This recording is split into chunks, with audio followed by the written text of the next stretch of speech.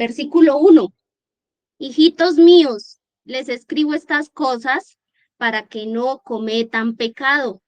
Aunque si alguno comete pecado, tenemos ante el Padre un defensor, que es Jesucristo, y Él es justo. El apóstol Juan llama a los destinatarios hijitos míos, lo cual significa que son como niños espirituales, que no son maduros espiritualmente, que hasta hace poco conocen el Evangelio. El apóstol hace el llamado a que no sigamos pecando. Como lo hemos visto en estudios anteriores, cuando nosotros creemos en Cristo, dejamos atrás nuestra vieja naturaleza, es decir, que dejamos atrás nuestra vida de pecado. Eso no significa que ya no pequemos, sino que debido al crecimiento espiritual que tenemos, es difícil que caigamos en el pecado. Sin embargo, si llegamos a pecar, dice Juan que tenemos ante el Padre un defensor. En otras versiones dice que tenemos ante el Padre un abogado. ¿Quién es ese abogado? Ahí dice que el abogado es Jesucristo, quien es justo. Versículo 2. Jesucristo se ofreció en sacrificio para que nuestros pecados sean perdonados, y no solo los nuestros, sino los de todo el mundo. El Señor Jesucristo, como lo estamos viendo, también fue el sacrificio para el perdón de los pecados de la humanidad. El sacrificio de Jesús fue una sola vez y para siempre, como dice Hebreos. Ese sacrificio fue en la cruz, como lo sabemos todos. Él resucitó al tercer día, ascendió al cielo y se sentó a la derecha del Padre, donde intercede por nosotros. Versículo 3. Si obedecemos los mandamientos de Dios, podemos estar seguros de que hemos llegado a conocerlo.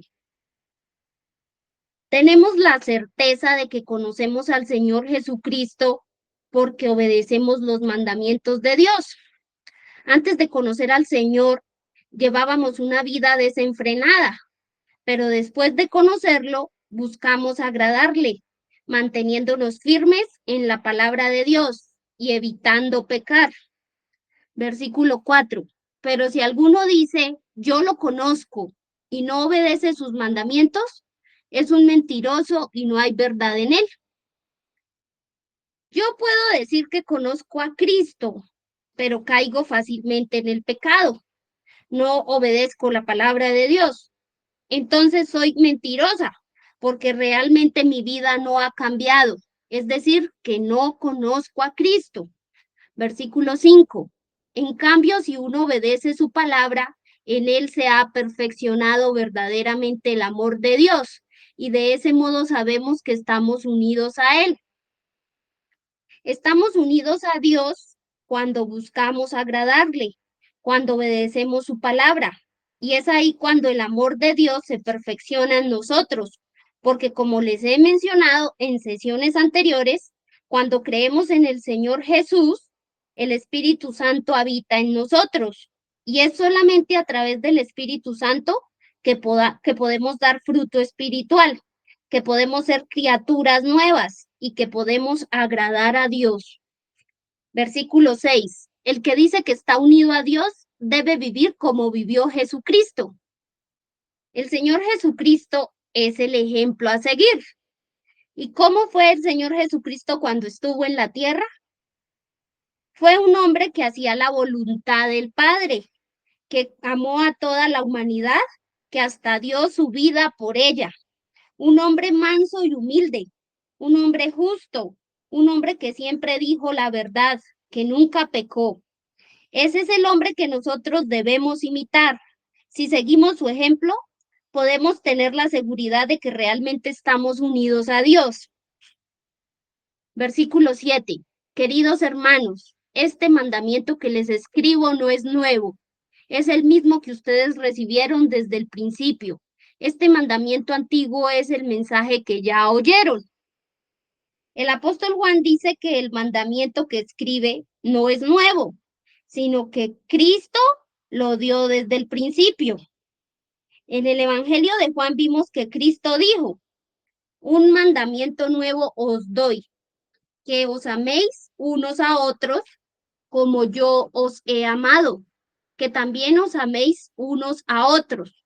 O sea que el resumen de los mandamientos de Dios es el amor. Versículo 8.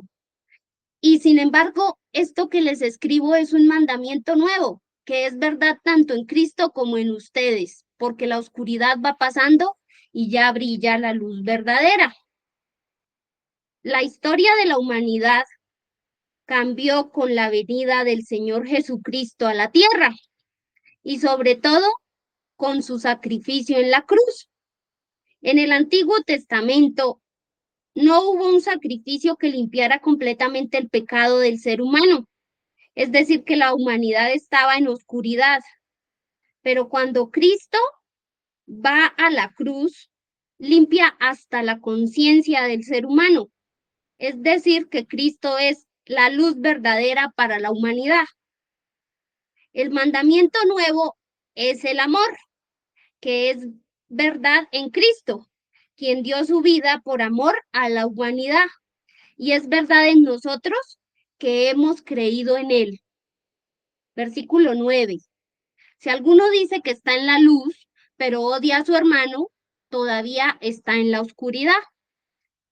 Si alguno dice que está en la luz, que es lo mismo que decir que está en Cristo, pero odia a su hermano, significa que todavía está en oscuridad o apartado de Dios.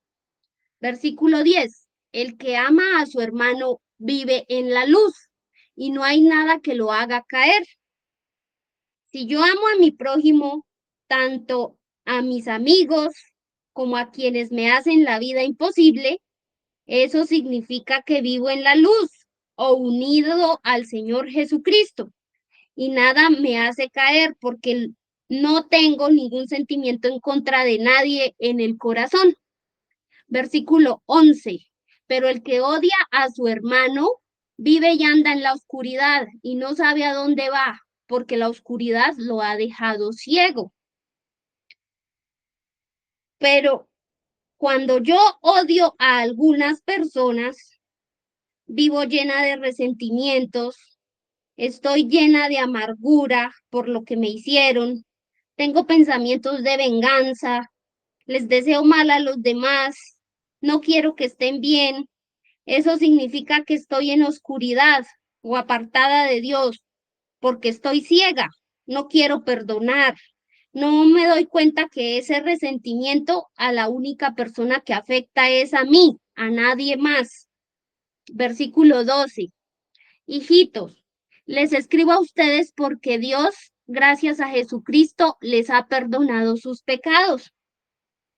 Nosotros tenemos el perdón de nuestros pecados gracias al Señor Jesucristo en la cruz, que como vimos en Hebreos, logró limpiar hasta nuestras conciencias y nos dio acceso al Padre. Versículo 13. Padres, les escribo a ustedes porque han conocido al que ya existía desde el principio. Jóvenes, les escribo a ustedes porque han vencido al maligno. Los padres son esos creyentes maduros que han conocido desde hace mucho tiempo al que ya existía desde el principio. El que ya existía desde el principio es el Señor Jesucristo, porque como vimos en Juan 1, en un principio ya existía la palabra. La palabra era Dios y estaba con Dios. Los jóvenes son esos creyentes que llevan muy poco en el Evangelio, pero han logrado vencer las tentaciones del enemigo. Han estado firmes y no caen fácilmente en el pecado. Versículo 14. Les he escrito a ustedes, hijitos, porque han conocido al Padre. Les he escrito a ustedes, padres, porque han conocido al que ya existía desde el principio. Les he escrito también a ustedes, jóvenes, porque son fuertes y han aceptado la palabra de Dios en su corazón y porque han vencido al maligno. El autor les escribe a los creyentes que han conocido al Padre, es decir, a los que creyeron en el Señor Jesucristo, porque recordemos que la única manera para ir al Padre es a través del Señor Jesucristo, quien es el camino. Juan también les escribe a los jóvenes que han creído en el Evangelio y de esta manera tienen una vida nueva donde buscan hacer la voluntad de Dios, de manera que vencen al enemigo. Versículos 15 y 16. No amen al mundo ni lo que hay en el mundo. Si alguno ama al mundo, no ama al Padre, porque nada de lo que el mundo ofrece viene del Padre, sino del mundo mismo. Y esto es lo que el mundo ofrece: los malos deseos de la naturaleza humana, el deseo de poseer lo que agrada a los ojos y el orgullo de las riquezas. No debemos amar al mundo, es lo que estamos viendo aquí, porque el mundo está lleno de avaricia, de egoísmo, de homicidio, de vanidad y de muchas cosas más que se oponen a Dios. Por eso es que dice el autor que si alguno ama al mundo, no ama al Padre. En el versículo 16 vemos tres cosas que el mundo ofrece. Primero, los malos deseos de la naturaleza humana, que en otras versiones están como los deseos de la carne. Segundo, el deseo de poseer lo que agrada a los ojos. Ese deseo de poseer lo que agrada a los ojos es la codicia. Y tercero, el orgullo de las riquezas, que es lo mismo que la arrogancia. Versículo 17. Pero el mundo se va acabando con todos sus malos deseos. En cambio, el que hace la voluntad de Dios vive para siempre. El mundo pasa o se va acabando con todos sus malos deseos, porque nuestro paso por el mundo es transitorio. Como lo vimos en Primera de Pedro, nosotros somos extranjeros. La vida física pasa muy rápido. Por eso es importante hacer tesoros para el cielo, lo cual consiste en hacer la voluntad de Dios. Si hacemos la voluntad de Dios, tendremos la vida eterna. Versículo 18. Hijitos, esta es la hora última. Ustedes han oído que viene el anticristo. Pues bien, ahora han aparecido muchos anticristos. Por eso sabemos que es la hora última. En este versículo 18 vemos que el autor dice que esta es la hora última. En otras versiones dice que ya es el último tiempo. Si analizamos que este escrito fue hecho en el siglo I, podemos darnos cuenta que desde hace 2000 años se está hablando de los últimos tiempos. Juan dice que han aparecido muchos anticristos y por eso se sabe que es la hora última. Ustedes se preguntarán, ¿quiénes han sido esos anticristos? La palabra anticristo significa que está en contra de Cristo. Es decir, que en la historia los anticristos han sido los que están en contra de la vida, los que se oponen al anuncio de la palabra de Dios, los que suplantan a Dios. Pero en algún momento tendrá que aparecer el anticristo principal, del cual habla el capítulo 13 del Apocalipsis, versículo 19. Ellos salieron de entre nosotros, pero en realidad no eran de los nuestros, porque si lo hubieran sido, se habrían quedado con nosotros. Pero sucedió así para que se viera claramente que no todos son de los nuestros. El apóstol está diciendo que no todos los que se congregan en la iglesia son hijos de Dios, porque no todos están realmente firmes en el Señor Jesucristo y por eso terminan apartándose. Versículo 20. Cristo el Santo los ha consagrado a ustedes con el Espíritu y todos ustedes tienen conocimiento. Como lo hemos visto, el Espíritu Santo habita en nosotros porque somos su templo y es el Espíritu Santo el que nos revela la verdad. Ahora estamos viendo que Jesús, a quien se llama aquí el Santo, nos consagra o nos unge con el Espíritu Santo. Ese es el sello que Jesús pone en nosotros para demostrar que le pertenecemos, el Espíritu Santo. Versículo 21. Les escribo, pues, no porque no conozcan la verdad, sino porque la conocen. Y ustedes saben que ninguna mentira puede venir de la verdad. Los destinatarios de este escrito conocían la verdad. Recordemos que el Señor Jesucristo es el camino, la verdad y la vida. Es decir, que ellos conocían al Señor Jesucristo porque tenían el Evangelio. Versículo 22. ¿Quién es el mentiroso? Precisamente el que dice que Jesús no es el Mesías. Ese es el anticristo, pues niega tanto al Padre como al Hijo. El mentiroso es el que niega que el Señor Jesucristo es el Mesías, el enviado de Dios. Aquí también tenemos una definición para anticristo. El anticristo es el que niega al Padre y al Hijo. Versículo 23.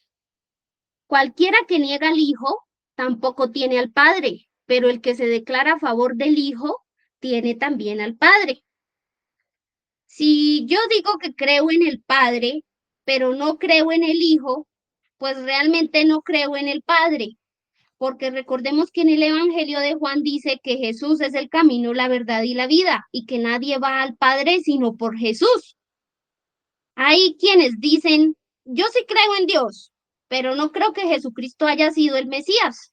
Yo creo que fue un hombre bueno, pero no era de Dios.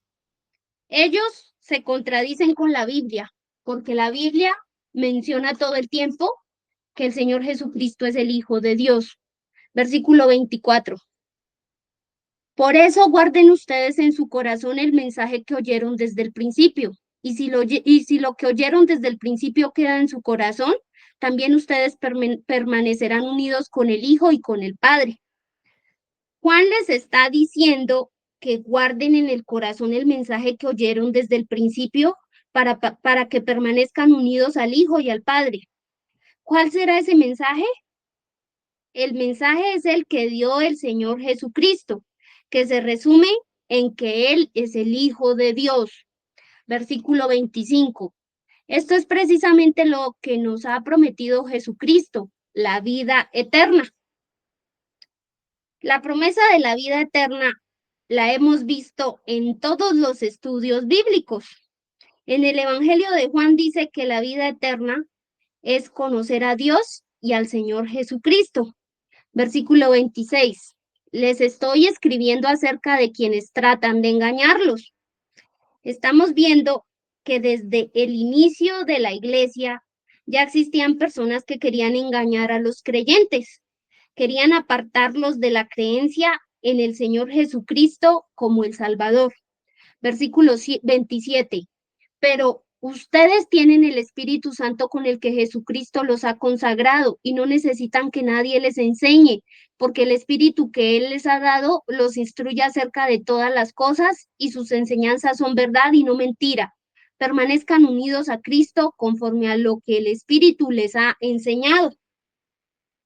Aquí el apóstol menciona al Espíritu Santo nuevamente.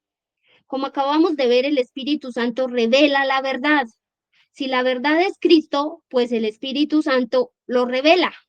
Y recordemos que en el Evangelio de Juan vimos que el Espíritu Santo da testimonio de Cristo.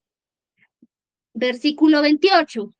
Ahora, hijitos, permanezcan unidos a Cristo, para que tengamos confianza cuando Él aparezca y no sintamos vergüenza delante de Él cuando venga. Permanecer unidos en Cristo significa estar leyendo y meditando en la palabra de Dios, estar en oración, confiar en Jesucristo. Y de esta manera, cuando Cristo vuelva por segunda vez, no sentiremos vergüenza ante su presencia. Versículo 29. Ya que ustedes saben que Jesucristo es justo, deben saber también que todos los que hacen lo que es justo son hijos de Dios. En este versículo, el autor nos muestra que debemos ser semejantes al Señor Jesucristo. Si Él es justo, pues nosotros también debemos ser justos. Esa es la prueba para saber si realmente somos hijos de Dios.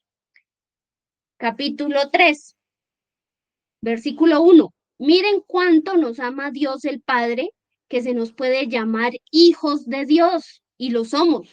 Por eso los que son del mundo no nos conocen, pues no han conocido a Dios. Los que creemos en el Señor Jesucristo como nuestro Señor y Salvador, podemos decir con seguridad que somos hijos de Dios, lo cual es una prueba del amor del Padre hacia nosotros. Cuando nosotros decimos que somos hijos de Dios, no todo el mundo lo comprende, porque no todos conocen la palabra de Dios. Versículo 2. Queridos hermanos, ya somos hijos de Dios, y aunque no se ve todavía lo que seremos después, sabemos que cuando Jesucristo aparezca, seremos como Él, porque lo veremos tal como es. La posición que ocupamos al creer en Cristo es la de ser hijos de Dios. Nosotros tenemos una esperanza de habitar para siempre con Dios, lo que quiere decir que un día de estos nuestros cuerpos serán transformados a semejanza del cuerpo de nuestro Salvador, o sea que tendremos un cuerpo glorificado. Versículo 3. Y todo el que tiene esta esperanza en él se purifica a sí mismo de la misma manera que Jesucristo es puro. Esa esperanza de habitar con Dios y ser semejantes a Él es lo que nos motiva a vivir en santidad, a llegar a ser como el Señor Jesucristo que aquí nos mencionan, que es puro. Versículo 4. Pero todo el que peca hace maldad, porque el pecado es la maldad. El pecado es maldad, por eso Dios es lo opuesto al pecado, porque Dios es bueno. Nosotros, los seres humanos, somos pecadores, nos inclinamos por hacer el mal. Tenemos esa lucha que mencionó San Pablo. Queremos hacer lo bueno, pero resultamos haciendo lo malo. Versículo 5. Ustedes ya saben que Jesucristo vino al mundo para quitar los pecados y que Él no tiene pecado alguno. Ya sabemos que Cristo vino al mundo para quitar nuestros pecados. Segunda de Corintios 5:21 dice que Cristo nunca pecó, pero Dios lo trató como si hubiera pecado para declararnos inocentes por medio de Cristo. Versículo 6. Así pues, todo el que permanece unido a Él no sigue pecando, pero todo el que peca no lo ha visto ni lo ha conocido.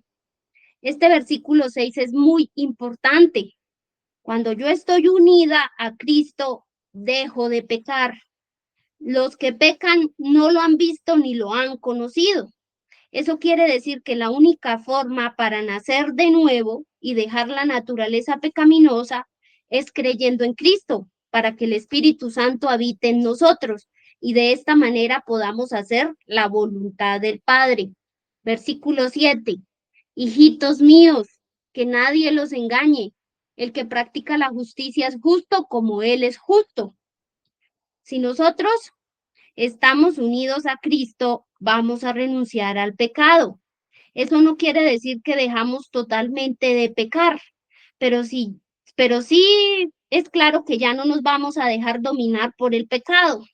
Y si en algún momento pecamos, nos arrepentimos, pedimos perdón y enderezamos nuestro camino. Así es que nosotros somos declarados justos, así como Cristo es justo. Versículo 8. Pero el que practica el pecado es del diablo, porque el diablo peca desde el principio.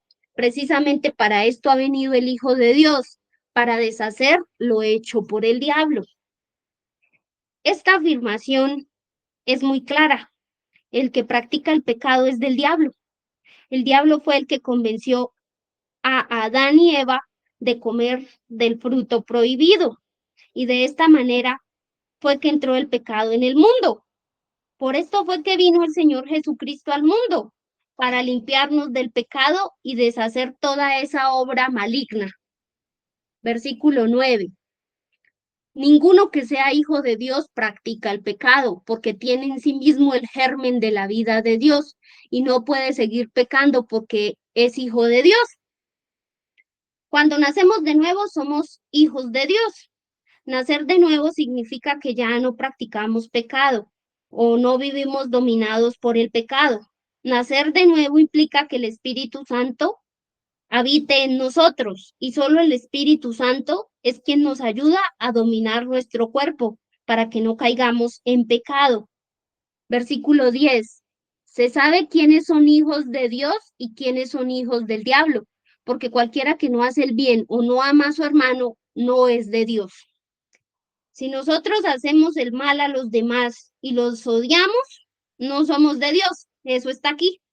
Debemos estar dispuestos a ayudar a los demás siempre que podamos. Versículo 11.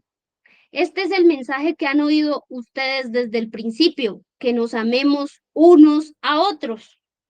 Lo que el Señor Jesucristo dijo fue que debíamos amarnos unos a otros.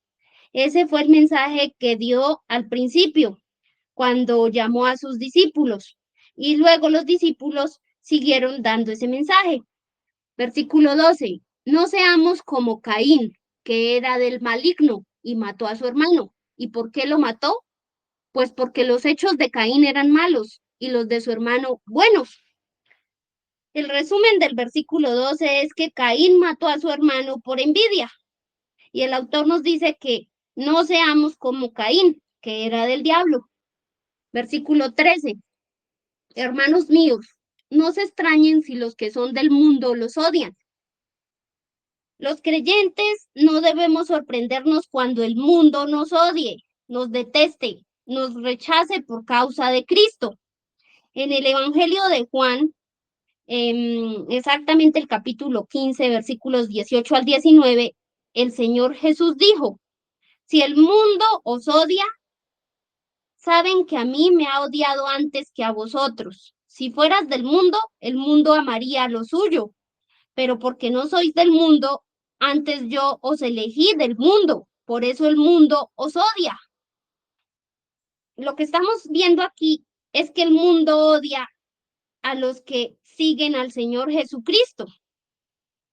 Ese es el odio que no nos debe sorprender a los creyentes. El odio que sí nos debe sorprender a nosotros es cuando somos irrespetuosos, orgullosos, arrogantes, ofensivos y que los demás nos odien por esto. Eso sí nos debe sorprender. Pero el odio que es por seguir al Señor Jesucristo no nos debe sorprender, porque si a Cristo lo dio el mundo, pues a los que creemos en Cristo también nos va a odiar el mundo. Versículo 14. Nosotros hemos pasado de la muerte a la vida y lo sabemos porque amamos a nuestros hermanos. El que no ama aún está muerto.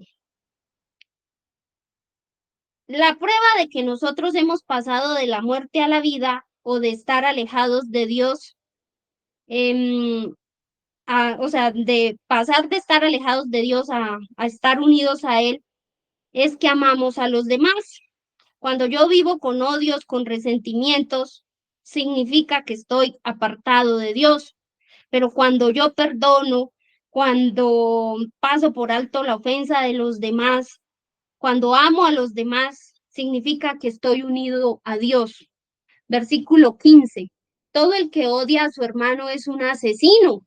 Y ustedes saben que ningún asesino puede tener vida eterna en sí mismo. Cuando nosotros odiamos a una persona, es como si la asesináramos. Este versículo es fuerte, porque muchos no pensamos que Dios llegue a ver a una persona que odia como un asesino. Versículo 16. Conocemos lo que es el amor porque Jesucristo dio su vida por nosotros. Así también nosotros debemos dar la vida por nuestros hermanos. El amor es dar la vida por los demás y el único que lo ha hecho es Dios. Y aquí el autor nos dice que nosotros también debemos dar la vida por los demás porque ese es el verdadero amor. Versículo 17. Pues si uno es rico y ve que su hermano necesita ayuda, pero no se la da, ¿cómo puede tener amor de Dios en su corazón? Ahora el versículo 17 nos muestra que el amor se relaciona con ayudar al que lo necesita. Versículo 18. Hijitos míos, que nuestro amor no sea solamente de palabra, sino que se demuestre con hechos. Lo que veíamos en sesiones anteriores, no es suficiente con desear el bien a los demás, sino que debemos ayudarlos. Versículo 19. De esta manera sabremos que somos de la verdad y podremos sentirnos seguros delante de Dios. Si nosotros amamos al prójimo, podemos estar seguros de que somos del Señor Jesucristo, quien es la verdad. Versículo 20. Pues si nuestro corazón nos acusa de algo, Dios es más grande que nuestro corazón y lo sabe todo. Aunque nosotros hayamos tropezado o hayamos pecado y nuestro corazón nos diga que hicimos mal, debemos arrepentirnos, pedir perdón y creer que Dios, que todo lo conoce, es más grande que nuestro corazón y nos perdona. Versículo 1. Queridos hermanos, perdón, ese ya lo leí. 22. Y Él nos dará todo lo que le pidamos, porque obedecemos sus mandamientos y hacemos lo que le agrada. Esa seguridad de estar haciendo la voluntad de Dios permitirá que Dios nos conceda lo que pedimos en oración. Versículo 23. Y su mandamiento es que creamos en su Hijo Jesucristo y que nos amemos unos a otros como Él nos mandó. Este versículo 23 lo resalté en rojo porque es importante que sepamos que no es una opción creer en el Señor Jesucristo y amar a los demás, sino que es un mandamiento de Dios. Versículo 24. Los que obedecen sus mandamientos viven en Él y Él vive en ellos. Y en esto sabemos que Él, por el Espíritu que nos ha dado, el Espíritu Santo que habita en nosotros, es lo que nos da seguridad de que estamos unidos a Dios. Capítulo 4. Queridos hermanos, no crean ustedes a todos los que dicen estar inspirados por Dios, sino pónganlos a prueba, a ver si el espíritu que hay en ellos es de Dios o no, porque el mundo está lleno de falsos profetas. Esto es claro. No a todo el que dice que habla en nombre de Dios hay que creerle, sino que debemos poner a prueba esos espíritus que supuestamente dan los mensajes de parte de Dios. Aquí la palabra espíritu está en minúscula, es decir, que no hace referencia al Espíritu Santo, sino a otros seres espirituales. Y recordemos que en el mundo espiritual hay potestades que sirven a Satanás. Entonces hay que tener mucho cuidado con esos falsos profetas. Versículo 2. De esta manera pueden ustedes saber quién tiene el Espíritu de Dios. Todo el que reconoce que Jesucristo vino como hombre verdadero tiene el Espíritu de Dios. En el versículo 2 ya se nos muestra una de las características para saber quién tiene el Espíritu de Dios. Y ese Espíritu está con mayúscula, o sea que es el Espíritu Santo. Esas personas que dicen que Jesús vino al mundo en carne o en un cuerpo humano son los que tienen al Espíritu de Dios. Alguna vez yo escuché a alguien decir que Cristo no había venido como hombre, sino como un ser que cambiaba de aspecto todo el tiempo. Debemos rechazar esa clase de enseñanza porque no viene de Dios, porque la Biblia es clara cuando dice que Cristo se despojó de su divinidad y vino al mundo como hombre. Versículo 3. El que no reconoce así a Jesús no tiene el Espíritu de Dios. Al contrario, tiene el espíritu del anticristo. Ustedes han oído que ese espíritu ha de venir. Pues bien, ya está en el mundo. El que no reconoce que Cristo vino en cuerpo humano tiene el espíritu del anticristo. Nos está diciendo aquí el apóstol Juan. También nos menciona que el anticristo es un espíritu que ya está en el mundo. Y sobre esto también leímos en Apocalipsis 13, que el anticristo ya está en el mundo, pero no se manifiesta hasta que sea el tiempo. También lo dice Tesalonicenses, si ustedes quieren saber del anticristo. Dice que no se manifiesta porque se va a manifestar hasta que sea el tiempo. Versículo 4. Hijitos, ustedes son de Dios y han vencido a esos mentirosos, porque el que está en ustedes es más poderoso que el que está en el mundo. Nosotros somos de Dios y no nos vamos a dejar engañar con las enseñanzas de los mentirosos, porque el que está en nosotros, que es el Espíritu Santo, es más poderoso que el que está en el mundo, que es Satanás. Y lo que hemos visto, que el Espíritu Santo es quien nos revela la verdad. Versículo 5. Ellos son del mundo, por eso hablan de las cosas del mundo, y los que son del mundo los escuchan. Esos falsos maestros, como lo vimos en la segunda epístola de Pedro, tienen muchos seguidores. Aquí Juan nos dice que son del mundo. Eso quiere decir que su objetivo son las riquezas, los lujos, la vanidad, el pecado. Y de eso es de lo que hablan. Y por eso el mundo los escucha. Ellos no ponen en primer lugar la palabra de Dios. A ellos les aburre la palabra de Dios. La leen, pero camuflan falsas enseñanzas dentro de la palabra de Dios. Versículo 6. En cambio, nosotros somos de Dios. El que conoce a Dios nos escucha, pero el que no es de Dios no nos escucha. En esto, pues, podemos conocer quién tiene el espíritu de la verdad y quién tiene el espíritu del engaño. Aquí está el contraste entre los verdaderos enviados de Dios y los falsos profetas. A los verdaderos enviados de Dios, es decir, los que llevan la palabra de Dios, solo los escuchan los que pertenecen a Dios. Versículo 7. Queridos hermanos, debemos amarnos unos a otros, porque el amor viene de Dios. Todo el que ama es hijo de Dios y conoce a Dios.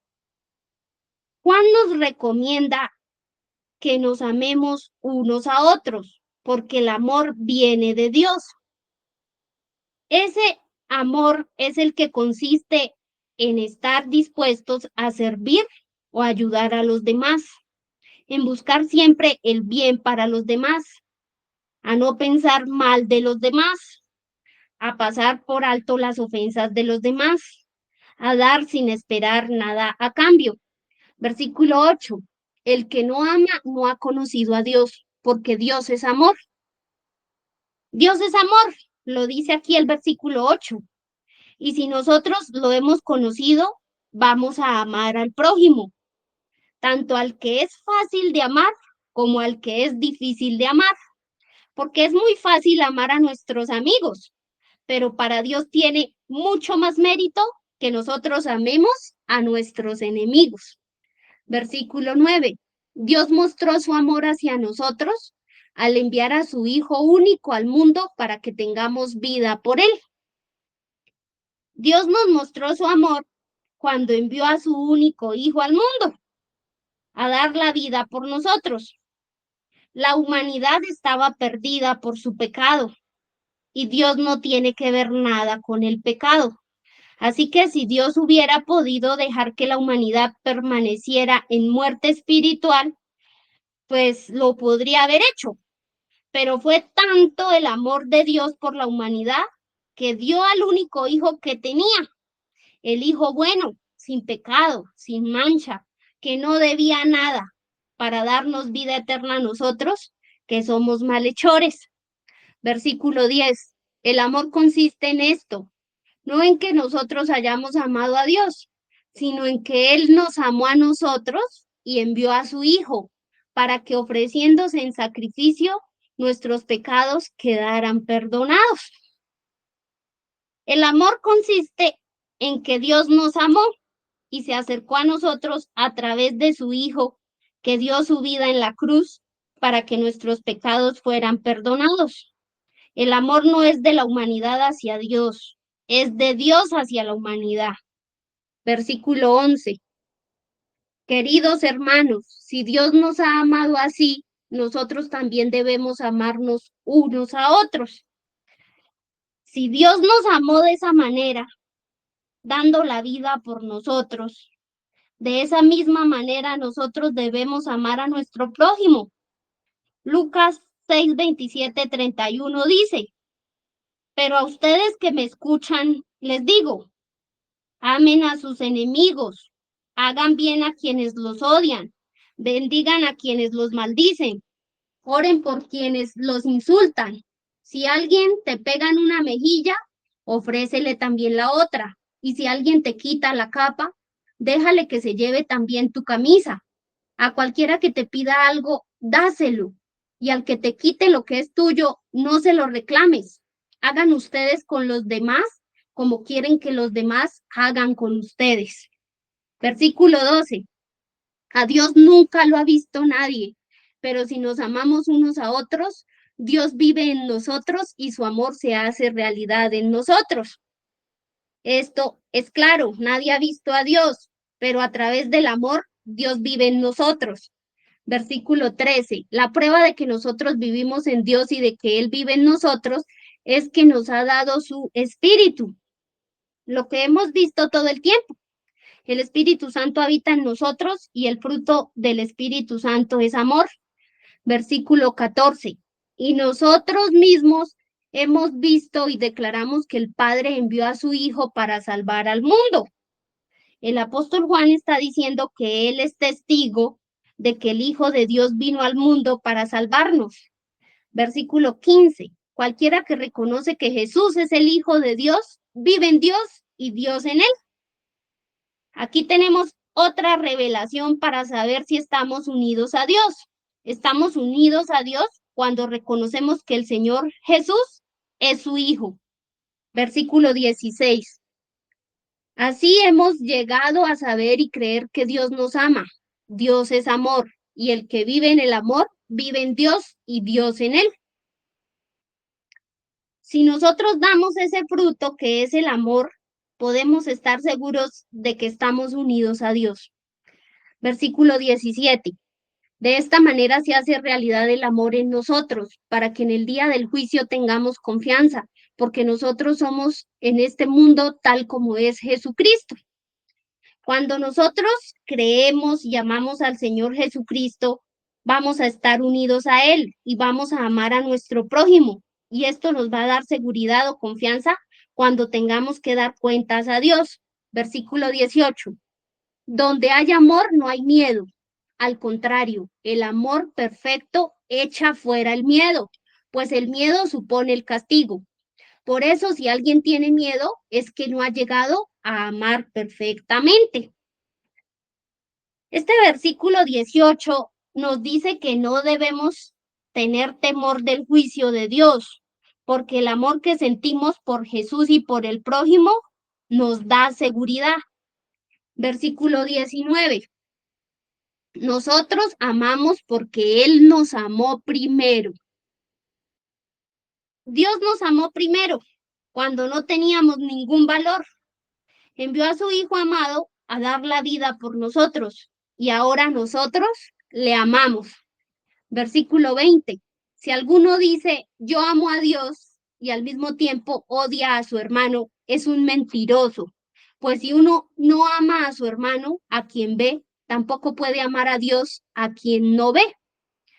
Esto está claro. Yo amo a Dios si amo al prójimo. Si tengo algo en contra, así sea de una sola persona, no amo a Dios.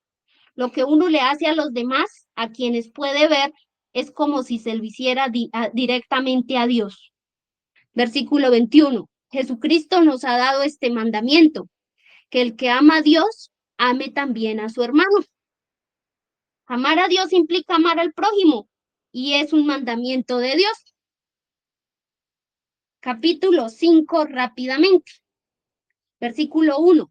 Todo el que tiene fe en que Jesús es el Mesías es hijo de Dios, y el que ama a un padre, ama también a los hijos de ese padre. Si amamos al Padre, significa que también amamos su Hijo y tenemos fe en que el Señor Jesucristo es el Mesías. significa que somos realmente hijos de Dios. Como vimos en Romanos, la salvación es por la bondad de Dios por medio de la fe en el Señor Jesucristo. Así que si creemos en el Señor Jesucristo y confesamos que es nuestro dueño, pasamos a ser hijos de Dios. Versículo 2. Cuando amamos a Dios y hacemos lo que Él manda, sabemos que amamos también a los hijos de Dios. Si amamos a Dios, significa que amamos a todos los hijos de Él, que como acabamos de ver, somos los que hemos creído en el Señor Jesucristo, que lo hemos confesado, que hemos dicho que Él es el Hijo de Dios y que es nuestro dueño. Versículo 3. El amar a Dios consiste en obedecer sus mandamientos y sus mandamientos no son una carga. Los mandamientos de Dios no son una carga cuando los obedecemos, porque si le amamos a Dios, va a ser más fácil cumplir sus mandamientos. Es decir, que los cumpliremos por voluntad y amor, no por imposición. En Mateo 11:30, Jesús dijo, mi yugo es fácil y ligera mi carga. Versículos 4 y 5, porque todo el que es hijo de Dios vence al mundo, y nuestra fe nos ha dado la victoria sobre el mundo. El que cree que Jesús es el Hijo de Dios vence al mundo. Nuestra fe en el Señor Jesucristo como Hijo de Dios es lo que ha vencido al mundo, porque cuando esto ocurre, tenemos un nuevo nacimiento, que como les he mencionado, consiste en dejar de practicar el pecado. O sea que el mundo en esos versículos es sinónimo de pecado. Mundo igual a pecado. La fe en Jesús vence el pecado. Versículo 6. La venida de Jesucristo quedó señalada con agua y sangre, no solo con agua, sino con agua y sangre. El Espíritu mismo es testigo de esto y el Espíritu es la verdad. La venida del Señor Jesucristo fue para limpiar nuestros pecados con agua y sangre, no solamente con el agua en el bautismo, sino con su sangre en la cruz. Esto lo confirma el Espíritu Santo, quien revela la verdad. Versículo 7.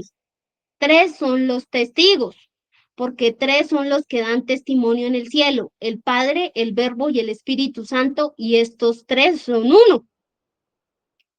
El versículo 7, como pueden ver, tiene unas palabras en rojo que yo adicioné aquí.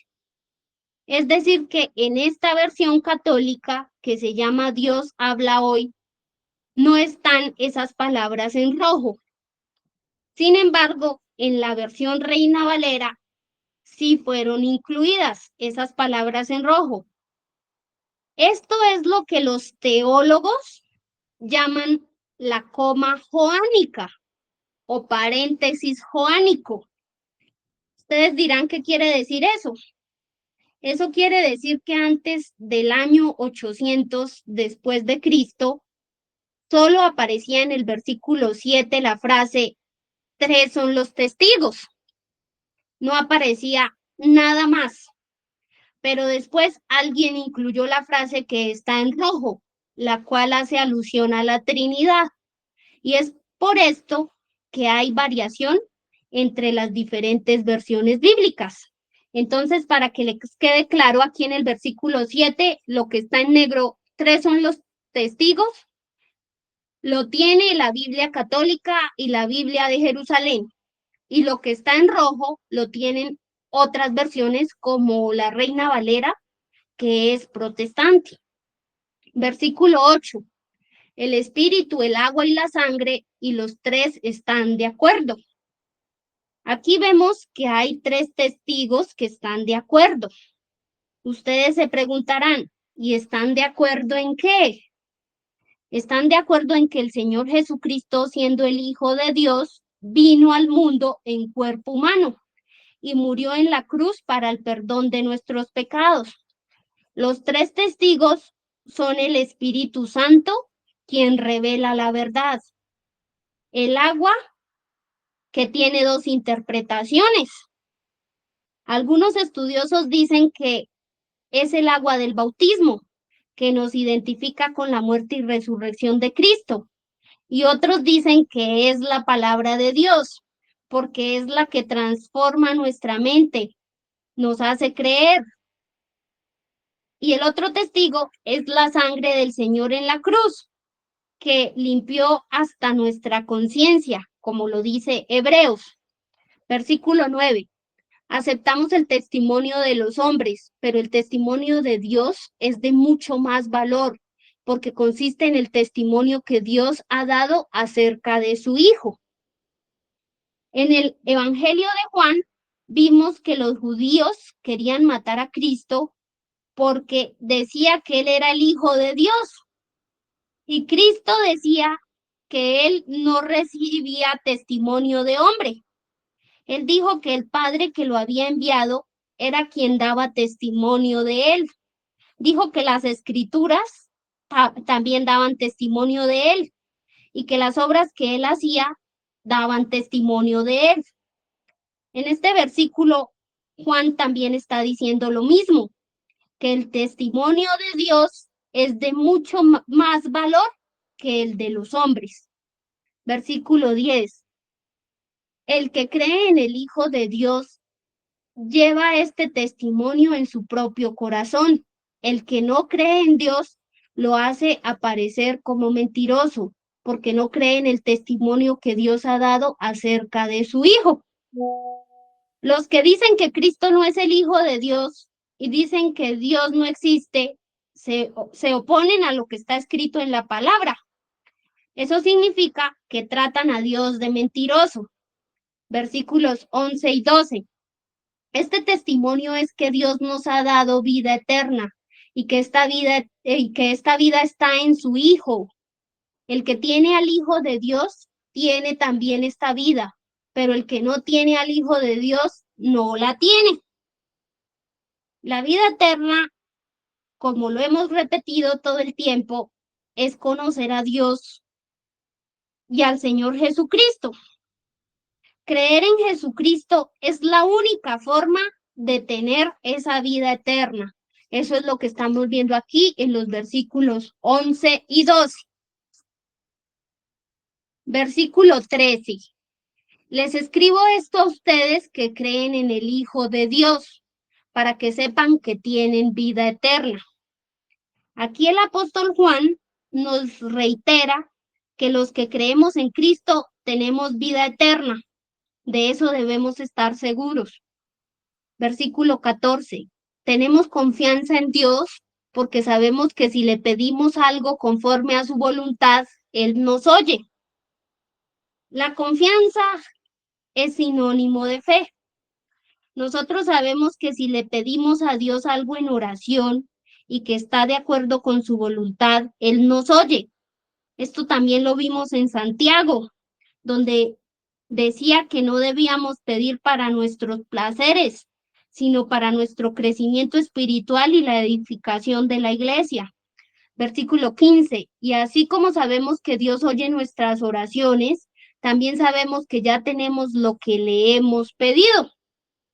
Este versículo 15 se relaciona con la fe, la cual consiste en tener confianza en que Dios nos oye cuando oramos y en que Dios nos va a conceder lo que le pedimos. Versículo 16.